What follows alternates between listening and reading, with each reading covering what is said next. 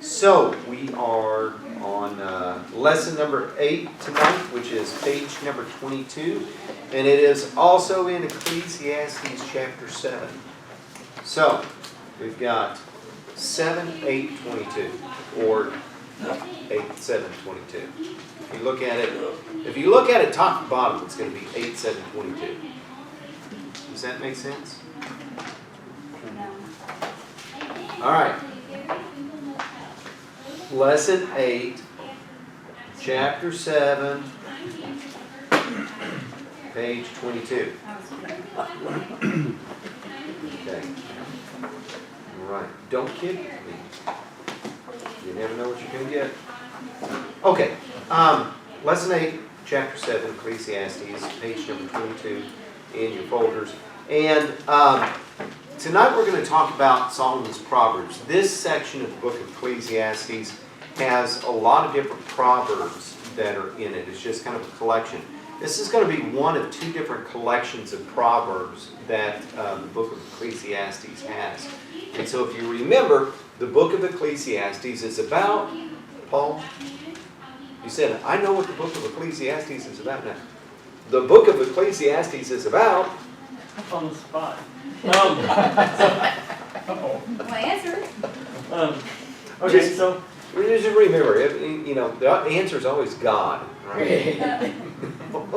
No, I'm sorry. What were you going to say? I was going to say, so what I get from it is that nothing really is. How was I going to word this?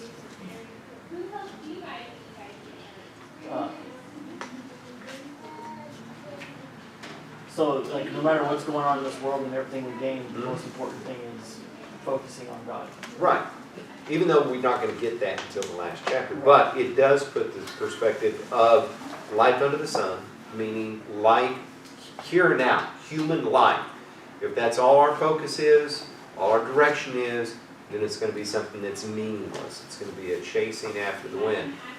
It might be a fun exercise for a while, but eventually we're going to get tired of it and give up because it's going to do us no good whatsoever. Looking for a pot of gold at the end of the window. Okay? Yeah, looking for that pot of gold. If you remember that what he does is he starts off the first couple of chapters giving a thesis of what is the profit, what does a man gain of living life under the sun, and there really isn't. It's he tested it with folly, he tested it with wisdom, he tested it with riches, he tested it with all these different things, and he has the means to do that from his life, but in each and every situation he comes up with 0. Debt is that great equalizer of things, okay? So that's what makes it meaningless. And so from there he goes on to talk about how God is working in the affairs of humanity, but because we don't understand it in our life under the sun, it perplexes us and it grieves him. And then he goes on to talk about some of his observations, and that's what we finished up pretty much with last week, right? Okay, so tonight we're going to look at lesson number 8, and lesson number 8 goes through page number 26, and so I don't know if we're actually going to get through with this lesson tonight. We might get through a good part of it, but whatever we don't finish, then we're going to just kind of leave for next week. And, I was originally hoping that maybe we could get done in 12, 13 weeks. I'm looking at these next couple of lessons that we've got, and I'm just not seeing it. So, we're just going to get done when we get done, right? Okay.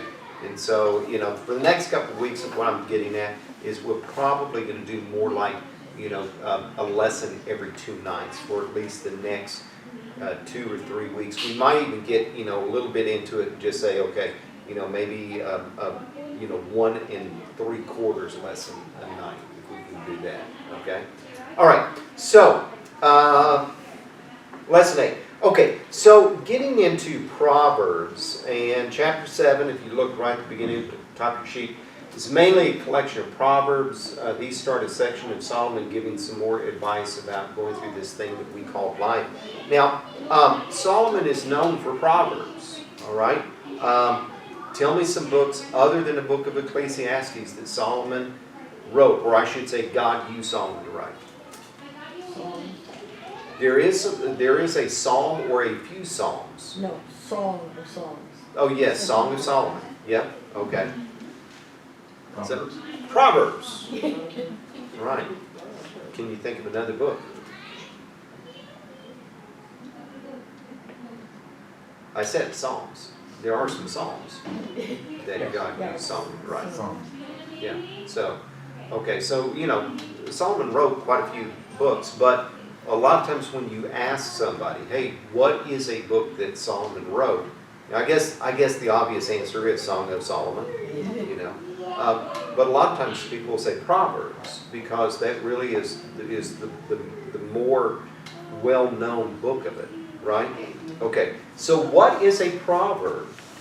Well, a proverb is going to be a short, witty saying that expresses some sort of truth. Now that's just simply a proverb. It isn't Proverbs in the Bible, it's just simply a proverb. For example, a rolling stone gathers no moss.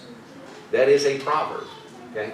I don't know where it came from. It's not a biblical proverb, but it is a proverb, meaning that it's just a literary device of just simply taking truth and expressing it with the short, witty sayings so that people can memorize it. Okay?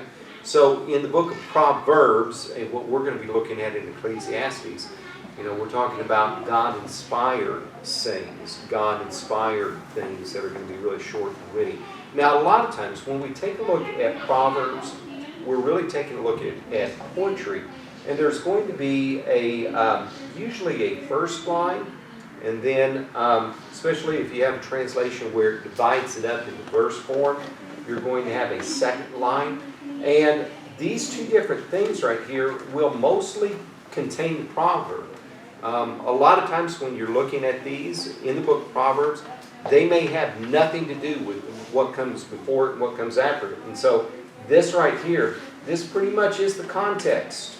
I say all the time, context, context, context. You've always got to remember that verses are attached to sections, sections are attached to chapters, chapters are attached to books, books are attached to the rest of the Bible, right? You've heard me say that before? Okay, sometimes with the book of Proverbs, you can just kind of throw that out. Sometimes with the book of Proverbs, this right here is it, okay? Because it is just simply a short saying, okay? Now, a lot of times, what we're going to be looking at tonight, maybe not in each and every case, but a lot of times these things are going to be linked, and they are going to be throughout, and so the context is going to be broadened out with the individual Proverbs. Now, something else about Proverbs is that you've got these two different lines. I'm just going to say A and B for simplicity's sake. And that one line is going to match the other line in some way, shape, or form. It could be something that is going to be a comparison. Okay? And so you're going to be using the words like or as. Okay? It could be something that is going to be contrast.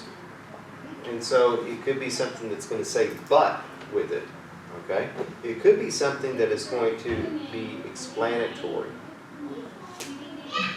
And so you're going to see the word and that's used with it. You're going to have a line here, and then the word and then the line there. And so the second line is going to kind of explain the first line, all right? So as you're looking at these Proverbs, especially when we get into the next couple of chapters, when we hit that other section of Proverbs, just kind of remember those things a little bit about what Proverbs are, because it's going to help us to study a little bit better, all right? Okay. All right, let's take a look at the first 6 verses. This section is about folly versus seriousness. So this set of Proverbs is really going to be contrasting what we have with folly and all the fun and the silliness that goes along with it, and the seriousness and the grief that's associated with them. Okay? All right. You ready for a good romping time in the book of Ecclesiastes? Okay, here we go. A good name is better than perfume, and the day of death is better than the day of birth. It is better to go to a house of mourning than to a house of feasting, for death is the destiny of every man. The living should take this to heart. Sorrow is better than laughter because a sad face is good for the heart. What?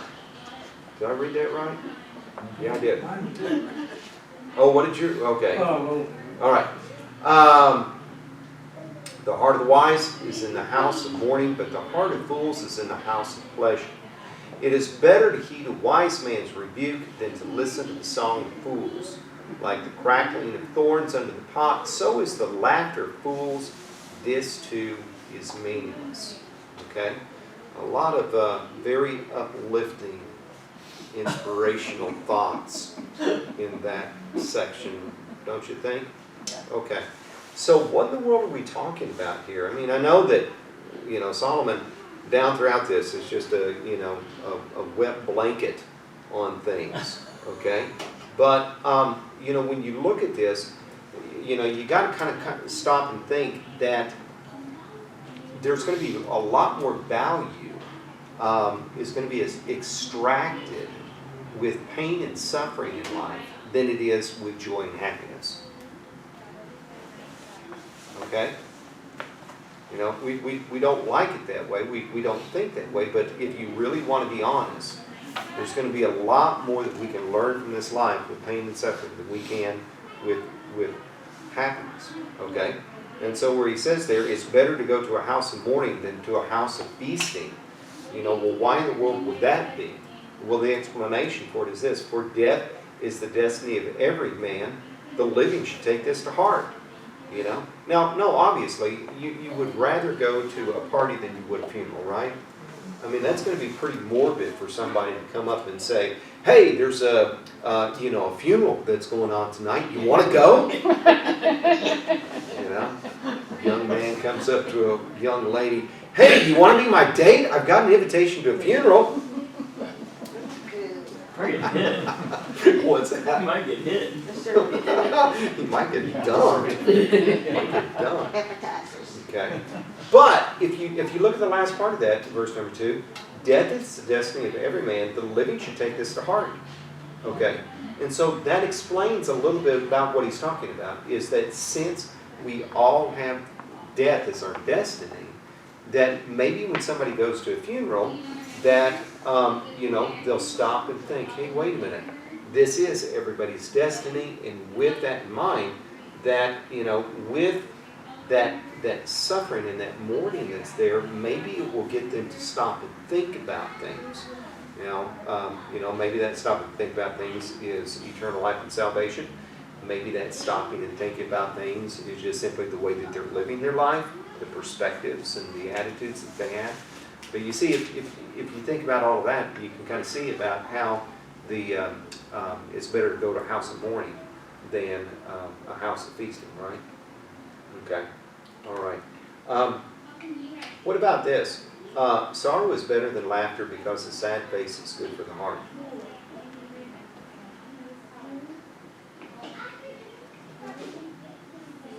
Mary Ann, you're shaking your head, but I mean, this is the Bible. Yeah, This is it.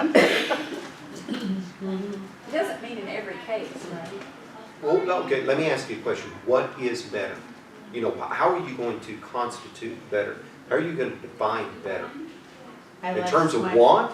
I like smiley faces. Okay, in terms of you were defining better in terms of what pleases you more, what gives you more of a joyous feeling, right? Mm-hmm. Okay. Not that you would do this though, but narcotic drugs can do that. Okay. No, but I'm saying that doesn't make it better, does it? No. Okay. And so it depends on how you define it. Yes, sir. What he basically saying is, when you're in sorrow, you are in sincere thought. In laughter, you're just not. Exactly. It's just Usually a we're laughing spur at of the something. moment thing, a second, and it's gone.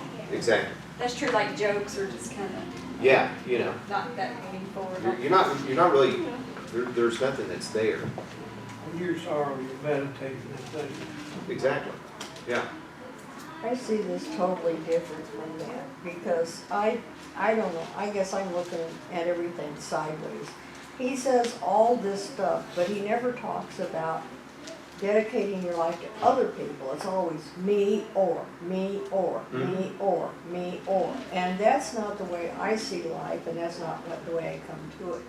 But on what he's saying here, I know that it's been in times of adversity and bad times when I have been able to help people more than Right. any other time. And those things, when I get to the end of my life, those are things that I will cherish, that will make my life worth living. I mean, I think now, back to when I was a cop, and it's not the money I made, it's not the uniforms or the shiny badge I wore, it's the people I helped. And those things I cherish, and I will take them, I think, with me when I die. I think they will be with me even in heaven. I did good here or there, because there's a couple of people walking around alive that wouldn't have been alive if I hadn't been there. Well, So it's a totally different way I see it. I see what he's saying, but you go to a party and you're probably, unless somebody ODs on drugs or something, not gonna have a chance to really. hopefully have you're not gonna be going to any kind of party like that. Well, no, none of you are gonna be going to a party like that. But it's out of adversity that I was able to do more of my good and help more people when I was a cop. Right, And and that's how I see it. I mean, I can see that application from that Yeah. proverb. Yeah, I can. But I'll say this, that it's not that you're going to take the good memories with you to heaven. You're going to be taking and enjoying the rewards that come from that in heaven. you don't think I'll remember it? No. You're going to remember it, but what is really going to matter to you is going to be the rewards in heaven. Because I don't those think so. are things that are going to be great. I don't think so. Okay, well, we'll get there and find out. You know, what are you gonna do that for? A reward or for just the No, I'm joy not talking of about doing it? I'm not talking about the motive. I'm talking about doing it because it's the right thing to And do. then we What I'm take our saying crowns is that off and we throw them at the feet of Jesus. So they Correct. don't mean that much to us. Well, They mean more to we're not Jesus and what he did for right. us. We're not So- throwing them down because they're invaluable. We're No. throwing them down because of recognition of Yeah. Christ. Yes. But remember this, that when we're talking about Ecclesiastes, you know, again, that man is the center of the universe, okay? And so when you're saying, I've got a different approach than this, well, yeah, you've got a different approach from this, and that's what the book of Ecclesiastes is to say, don't allow yourself to be the center of the universe, allow something else to be. And it's not others. Instead, it's God, to where God needs to be there and us revolving around Him. Okay? And so that's why you've got to take the book of Ecclesiastes as the total thing. You can't just take it for a little bit. If you take it for a little bit, then you get confused by it. Because, again, I've been saying this and saying this and saying this. Wait till we get to chapter 12. But he never does get around to saying you should also live for your fellow man. No, because what he's saying here is this. Don't live for yourself, right? You know. Yeah. Instead, live for God. Right. Okay? And he does that later I understand because that. that's the point that he's getting at. Now, when we are actually living for God and our universe is revolving around Him, then that's where we are serving we are loving our neighbor as ourselves. Okay? If we are doing good things for others, just simply for the sake of doing good things for others, and we are not recognizing God, then what we're actually doing is we're falling back into this futility of life under the sun. Because what good is it, right? If we're not doing it for the Lord, if God is not the center of our universe, then yeah, when we get to the end of our lives, we're going to have all of these good, warm, and fuzzy feelings, but then we die, they're gone. What difference does it make? Perfectly said. Perfectly so? Yeah, that was good. Oh, wow. That right there was good. It Okay. helps. All right. You're right. Now- We want to serve others because we love God. Here's something else, you know, about what's the heart of the wise is in the house in the morning, but the heart of fools is in. Oh, wait a minute. No. Sorrow is better than laughter because the sad face is good for the heart. You know, sometimes you've got to have a contrast to appreciate what you've got, right? You know, how are you going to really enjoy the good things in your life if you never experience the bad things to contrast it? You know, if your life is always rainbows and unicorns and cupcakes, then Take a frowny face once in a while.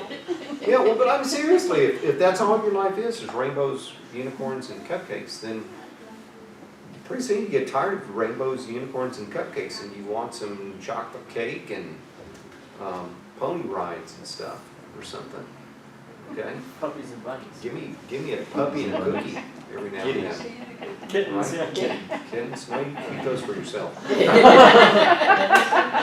to yourself.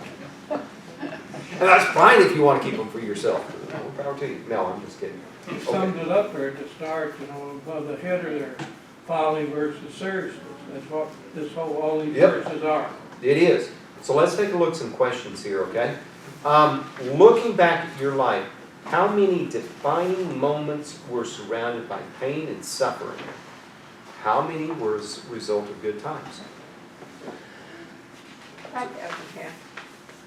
Half and half? Now, when I say defining moments, I'm talking about things that are going to mold and shape your character, draw you closer to God, weed out differences in your belief, those kind of defining moments. Half and half? Yeah, but you like all those smiley faces. Okay. Not that I like the frowny faces, but they were there. Well, that's the thing, they're always there. You know, I think that's one thing that maybe some people kind of miss in today's life, is that frowny faces are there. I feel like I've had more suffering than good times. Okay.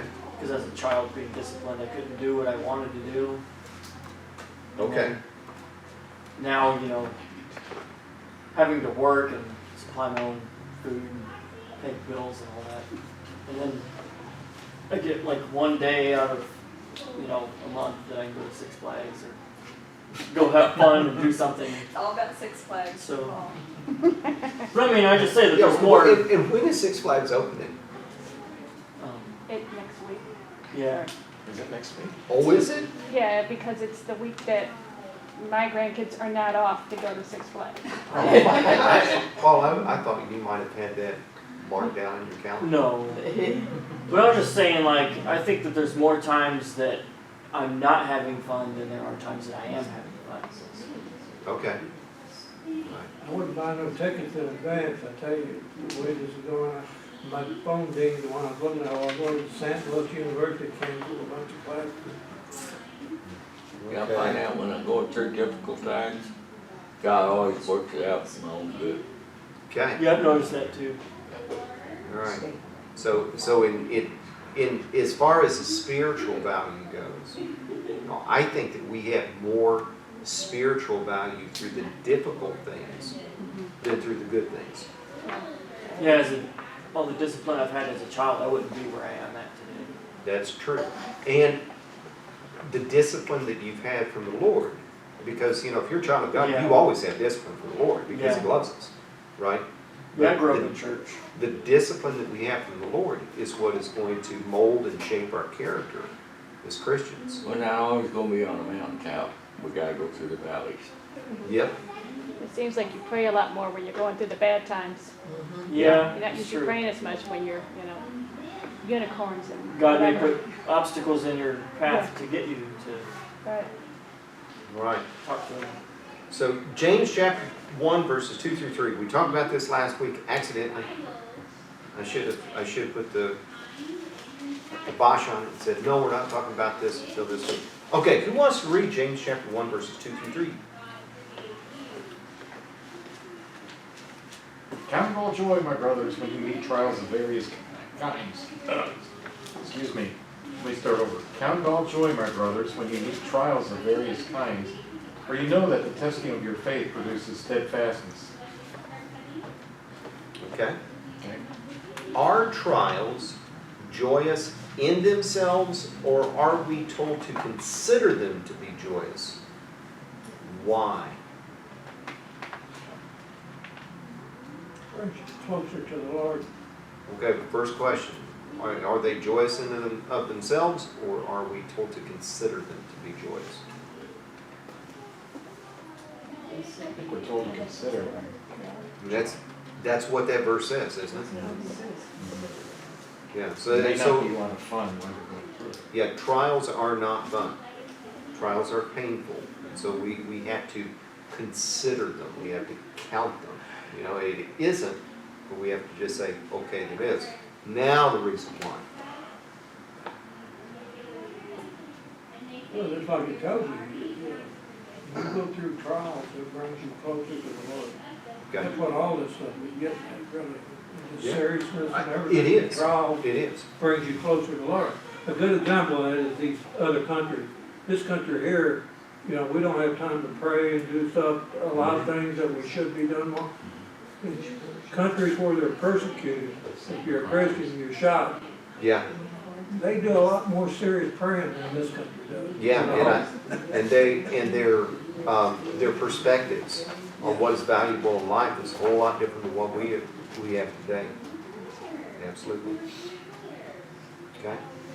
All right. Page 23. Okay. So page 23, in this next section from verses 7 through 12, we're really just simply talking about wisdom in foolishness, okay? And so we've got a contrast here of things of wisdom and things of foolishness. Now, let's take a look at verse number 7. Verse number 7 says, extortion turns a wise man into a fool, and a bribe corrupts the heart. Okay. Verse 7 shows two contrasting methods that people use to manipulate others. What could we do if found in a situation? First of all, what are the two contrasting methods that people are using for manipulation in verse 7? Extortion and bribe. Extortion and bribe. What's the difference between extortion and bribe? A stick and a carrot. Right? Extortion's the stick, bribe is the carrot. Does that make sense? Okay. So if you're extorting somebody, or if somebody is extorting you, what they're trying to do is they're forcing you to do something out of pain or threat. Okay, so bribe, on the other hand, is they're luring you to do something. Okay? All right. So, now that we understand those two contrasting methods, what can we do if we find ourselves in such a situation?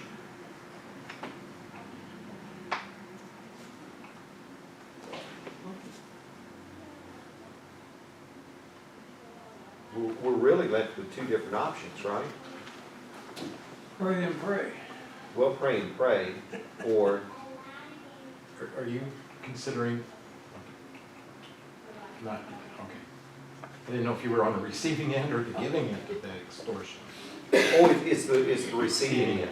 Yeah, because extortion turns a wise man into a fool. Okay? Bribery corrupts the heart. And so you see those parallel things there in that proverb. Okay? You got fool, wise. I've got it backwards, but you know, and you've got corrupt, and then, you know, it's not listed, but it's implied, you know, not corrupt. So those are the two options, right? If somebody's trying to bribe you, somebody's trying to extort you, you can do ultimately, you know, several different things, but ultimately it's one or two. Huh? Corruption. Well, it is, yeah. You know, so you give into it, you corrupt your heart. You don't grow, you give into it, you don't. The thing the first one is more like the extortion is like if you knew somebody on something and threatened to expose it. Yep. Yeah, that's a modern day You're right, good yeah. example because it happens a lot. Oh, sure it does. Did you check out the New American Standard? What does it say? It says For oppression makes a wise man mad, Okay, as in angry, and a bribe corrupts his heart. okay. So that's totally different. It is. You know what? I'll have to look at that.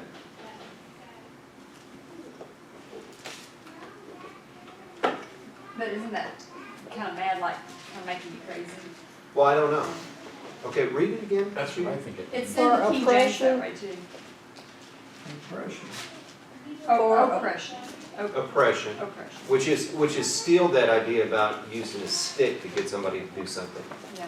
For oppression makes a wise man mad, Okay.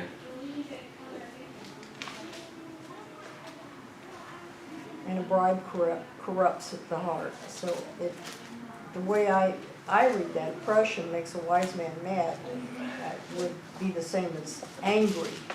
So I'm Well, saying if I don't know, making because you And a I'm crazy, wondering bribe that- would corrupt his heart, Um, but oppression would make him angry. I'm Well, I saying don't know more like about, I'd have to look into it, but that mad could be, Like you know, insane. well, Crazy. or like fool. I don't think Mad- so. Mad also means crazy, insane. It Like, wouldn't go it's along making with the you mad. second. I'll look it up. Yeah, Hey, maybe you can look at the. Well, hold on, Judy, we got to get through stuff. We don't need to take Oh, 5 minutes oh, to do it. Let me no, look it no, up and you do it go later. ahead. No, I'm gonna look no, up the Hebrew. okay. No? Huh? That's You're in what the- he's gonna No, do. I'm saying let me Oh, look it there's up somebody later. in We there? need to, Yeah, we need to get through other stuff. Okay. Stand in front of the. All right. The Hebrew is what we need to know. Like, Yeah, I'll look it up for later, okay? Yeah. All right, going on then to verse number 8.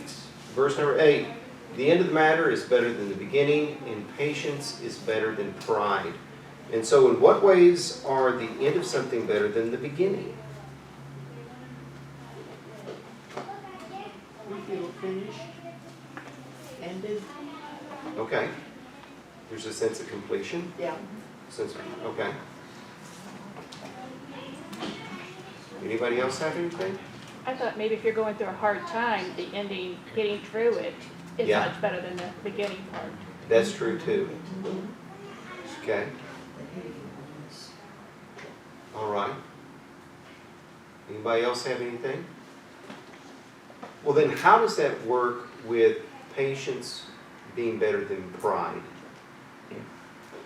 The beginning is better than the ending, or the ending is better than the beginning. Patience is better than pride. If you were trying to get through something, it's just being patient till you got to the end, Right. you know, especially if it's a hard time. As far as a hard time, and as far as it's like, who said a project or something? Mary. Mary Ann? You know, there's got to be patience involved with the project too. And so the patience is going to be better than the pride. At what point are you going to have pride? At the beginning of something or at the, When it's finished. you know? Well, pride not in terms of a feeling of accomplishment pride, but as far as a puffing up of pride, of boasting. Same thing, you're still gonna be proud after you accomplish something. Well, I know, except what I'm talking about is like an empty boasting of somebody saying, yeah, I'm going to do this, I'm going to do this, so on and so forth, instead of sitting back and saying, yeah, I feel good about what I've done. I think at the beginning Yeah. is where somebody's going to be boasting about something, having an empty boast, right? Okay. And where does that get somebody? Nowhere. You know, a lot of times, if you think about it, at the beginning of a trial, somebody's going to be having a lot of pride in their heart, maybe pride in their heart to God, maybe at the beginning where they're doing something, the beginning of like kids in a school year, you know, there's going to be a lot of boasting about something. Athletes before a game, there's going to be a lot of boasting about something.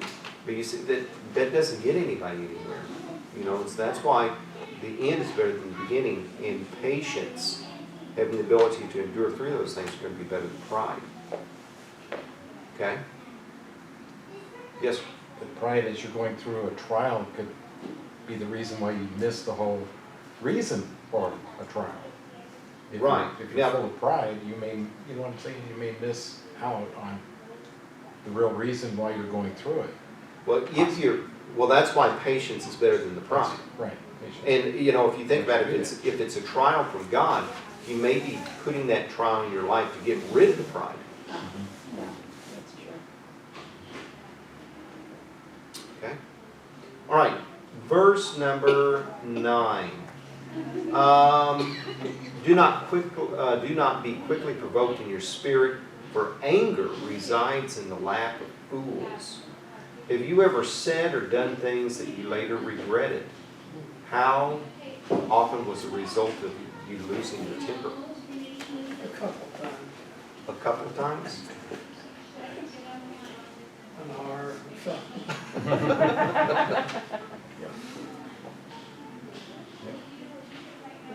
Nobody, none of you want to admit it other than Don.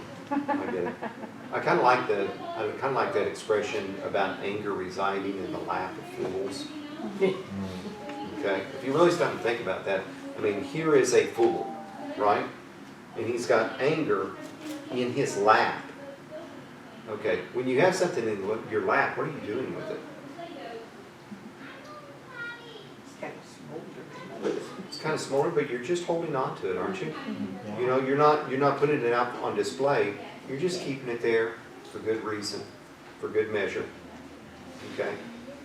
A little lap dog, maybe. No. But why would you be putting anger there? You know what? What are you going to do with it? Hold on to it. You're holding on to it. Okay? And you know, you do that. You know, you're going to be quickly provoked in your spirit, right? If it's right there waiting, ready to come out, you know, it doesn't take much for it to, and when it does, it comes out and you say things that later on you have to go back on. Verse number 10 says, do not say, why were the old days better than these? For it is not wise to ask such questions. So, why is it foolish? That is, why is it not wise to look back on the good old days? I didn't know. What's that? I didn't have an answer for that. They're gone. You're gone. There's nothing you can do about it. There's nothing you can do about it. You know? And I find myself Don't look back, look forward. with my you know, roommate at work, Randy. You know, we're just you know, of course he's getting close to retirement, so he's talking about all the good old days when, you know, we start in, wow, our kids today, and, you know, blah, blah, blah. Back when we were kids, and, you know, all this and that. But I mean, it doesn't do any good. There's no accomplishment to it. It's just idle talk, you know?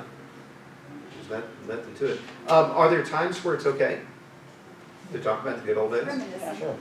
Yeah, you know, when you're reminiscing, maybe when you're trying to impart wisdom to somebody. That's You know. what I would come to my mind first, was when I become a Christian, you think like.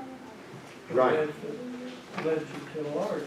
Well, I think with the expression, with the, let's see, where is it? Why were the old days better than these? You know, it's the idea of, you know, the past, it's better than the present. And I thought, So- I put that in the context of like the good old days before I was a Christian. It wasn't better than these. Well, that's another thing, is, you know, a lot of times when we're talking about the good old days, you know, maybe the good old days really weren't all that good. Maybe we're just remembering them to be good. And people then said the same thing. They did.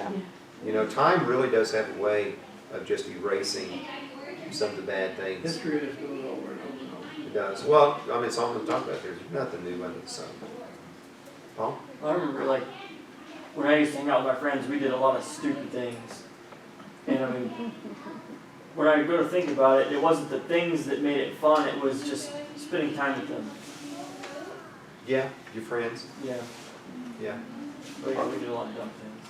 Yeah. Well, I think what happened is the past is a distraction from working now. Yeah. I've seen people a lot of times, they're so reminiscent of the past that they refuse to do anything now. That's right. They don't take action now, they're just talking about how great everything was in the past and how we cannot achieve that And so they use it as an excuse to just sit on their bums. Good point. That's why you have to work forward. Yeah. You can't work with the past. You can't And do things it. change where you have to maybe possibly, yes, maybe that was good, but there might be another good way to do something now. When you're talking about morals, we have definitely gone downhill. I mean, Oh, absolutely. back when I was a kid, it was illegal to kill babies, whether they were born or not. Mhm. And people didn't live together without getting married, they didn't have kids without being married, all this stuff. More morals, there was more morality, and more people went to church. Churches life was were better, actually, too. churches were actually preaching the gospel back then, where 9 out of 10 churches you go to these days are an entertainment center, might as well be a dinner barn. You know, morality, we have lost it there. We I have agree with that. really But, lost but it. you can look back in history where there were some extremely corrupt, immoral times. Right, but I'm talking Yeah. about earlier in our history. Right. Gays didn't get married. You didn't have gay preachers that were preaching in the pulpit with the guy with his husband, wife, and the wife with her husband, wife morality thing. I mean, we have slipped really bad. So when I think of the good old days, I think in terms of morals, and we have really, Well, we have. I agree with you 100%. yeah. And, you know, and so we can look back on those days and we can reminisce, right? And we can talk about it amongst ourselves and, you know, just kind of feel good about things. And we can also, you know, talk about some of those things and try to impart wisdom going forward. True. But, you know, as far as, you know, taking the good old days and bringing them back, you won't have. There's a saying, and that appears too, history has a tendency to repeat itself. Yes. Because of the day of Noah and Solomon, Gomorrah, it was immoral back then too. Exactly. I And mean, that'd that's be a why we horrible come back place to to what live. Solomon said. There's nothing new under the sun. You know, things come and things go. It is going to be cyclical. Okay. Real quick, let's take a look at verses 11 and 12. Okay, so in verse 11 and 12, these are really talking about the benefits of wisdom, comparing it to two things, okay? So in verse 11 it says, wisdom, like an inheritance, is a good thing. It benefits those who see the sun. Wisdom is a shelter, as money is a shelter, but the advantage of knowledge is this, that wisdom preserves the life of its possessor. Okay, so what two things is wisdom being compared to? Inheritance and money. Inheritance and money. Okay, all right. So, now that we understand that, how is wisdom like an inheritance? And how is wisdom like... no, actually, it's shelter. money as a shelter. Yeah. Yeah, I'm sorry. You know, inheritance and shelter. Okay, so how is wisdom like both of those? First of all, what benefit was an inheritance have? Security. Okay, but security for you or security for? Well, I guess if you're receiving an inheritance, yeah. What if you're passing on an inheritance? Security for your kids. Okay. So money is a shelter. How is money a shelter?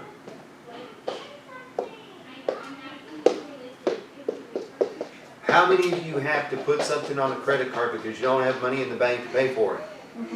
I don't. Okay? And how does that make you feel? What does that do for your life? It's hard, isn't it? Okay? So you can see that money is like a shelter. It protects you from things. So what does wisdom do? Well, wisdom is going to give you that security. Wisdom is going to give you that protection. As you cut up your credit card. Yeah. Okay. In fact, it says in verse number 12, the advantage of knowledge is this, that wisdom preserves the life of its possessor. And so what an inheritance and money cannot do, wisdom will take it even a step further. And that is that it can actually do something to really help you in your life. I mean, yeah, money can be a shelter, or inheritance can give you a little bit of security, but wisdom is going to even do more because it can actually protect your life. Okay? All right. Okay, I intended to actually get through the next section, which Judy last week was saying that she wanted to bet with the preacher that something was in the Bible. He said, no, it's not. And it was in that section, wasn't it? Yep, Yep. you know what And it is. it's there. Yeah, I know what it is. So, I really hope you guys are looking at these lessons and, trying to go through the questions and answer them and look at them ahead of time. Especially when we get into these sections on Proverbs, right? But take a look, especially at this next section, all right? And read my notes about it. You may agree with it, you may disagree with it. But, I think it really is interesting to bear out. Now, keep in mind that when it talks about the over-righteous, do not be over-righteous, neither be over-wise. Why would you destroy yourself? That's the verse that you're talking about, wasn't it? Yep. Oh, what was it? The day of one's death is better than the day of one's birth. Oh. You mean at the beginning of 7? Chapter Oh, 7, That's the one that she found. Number the 1? second half of verse 1. Okay, I thought it was that. No, I said No. next week, meaning this week, but we're gonna, yeah. Oh, okay. The day of one's death is better than the day of one's birth. And he said, that's not in the Bible, not anywhere in the Bible. And I said, free lunch. And he said, deal. And it was done. Yeah. Okay, well, real quick, what does that mean? How is the day of, again, it's in the Bible, so what does that mean? The day of the death is better than the day of birth. I think it means that you're done with all your trials and tribulations and all the garbage you have to go through down here. Because Right, this that's is talking about exactly. life under the sun That's what it was. in Yeah. a non-spiritual sense, so life's hard. Yeah, It it is. is. Life's, like, what people you say, life stinks, then you die. Yeah, that's That's what it. everybody said. Yep. That sums up what I was saying earlier. Yeah. Yeah. You're right. Now, Life's now as hard. far as the life of the Christian, Yeah. it really comes into focus, doesn't it? For the life of somebody who has accepted Jesus Christ, then the day of your death is very much better than the day of your birth. Yeah. Because from there, we get to go on to glory, and we get to experience joys that are not worthy to be compared to the sufferings that we have had in this world. So says Paul. Okay? If you're not a Christian, then no, you can't say that the day of your death is not better than the day of your birth.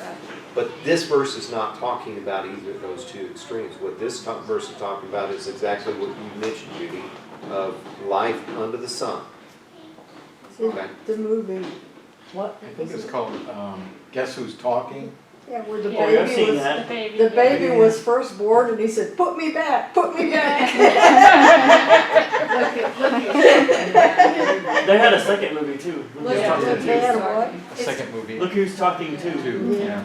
But that, T-O-O. when I read this, it reminds me of that, put me back, put me back. All right. Anybody have any questions or anything before we leave off for tonight? Nope. Okay. All right. So we'll pick things up next week, and we'll do our best to get through this lesson next week. Okay. All right. Okay. Let's bow our heads. Dear Lord in heaven, thank you for everything you've given us. Thank you for your blessings, and thank you for this time that we had your word. Lord, I ask that you would please be with us, help us to know you better, and help us to not put so much stock in faith in this world, but help us to focus our attentions on you. Help us to focus attentions on the age to come. And Lord, please forgive us of our sins, and we ask this in Jesus' name. Amen.